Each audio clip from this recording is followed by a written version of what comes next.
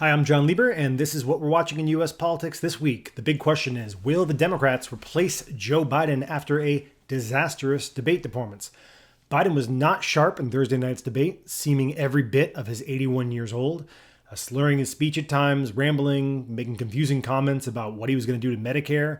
And Donald Trump was able to exploit that, being high energy and his normal blustery self. Biden was unable to push back against any of the outright lies that Trump was telling, and was unable to land any punches, even on Biden's best issues, which include Donald Trump's personal character. So now there's a panic setting in among Democrats, and the question is, can they replace Biden, and how would they do so?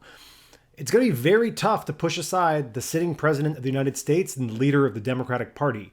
Probably what has to happen is that Biden himself has to make the choice that he's too old and can't do the job, and makes a decision sometime in the next 3 or 4 weeks that he is going to step aside as the presidential candidate the way Lyndon Johnson did in the 60s.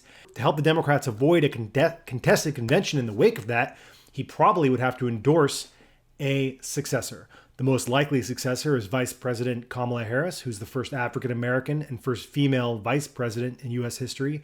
But she's not much more popular than Biden is, which leaves them with a number of untested options of sitting governors, including California Governor Gavin Newsom, who did not perform that well in a debate against Ron DeSantis late last year and has the baggage of being a very liberal governor of the most liberal state, and Gretchen Whitmer from Michigan, who has low name recognition among the public, but is considered a moderate Democrat in a swing state who can appeal to moderate voters. There's probably other governors that would be in contention, like Governor Pritzker from Chicago, Jared Polis from Colorado, Andy Beshear from Kentucky, but they also face the challenge of not being very nationally known, not having great fundraising networks, and never having done the grueling challenge of running for president of the United States when you are under scrutiny 24 hours a day. Every aspect of your background is going to be looked into. You've got to be a good retail politician, a good public speaker, and have the ability to consolidate Democrats and tap into the massive fundraising networks that are necessary to run as the president.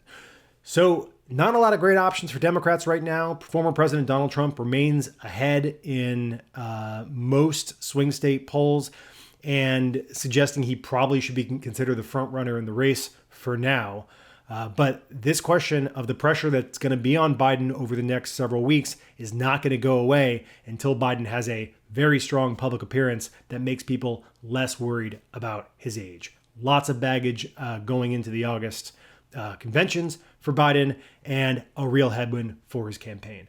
Thanks for watching, and stay tuned for what we're watching in U.S. politics next week.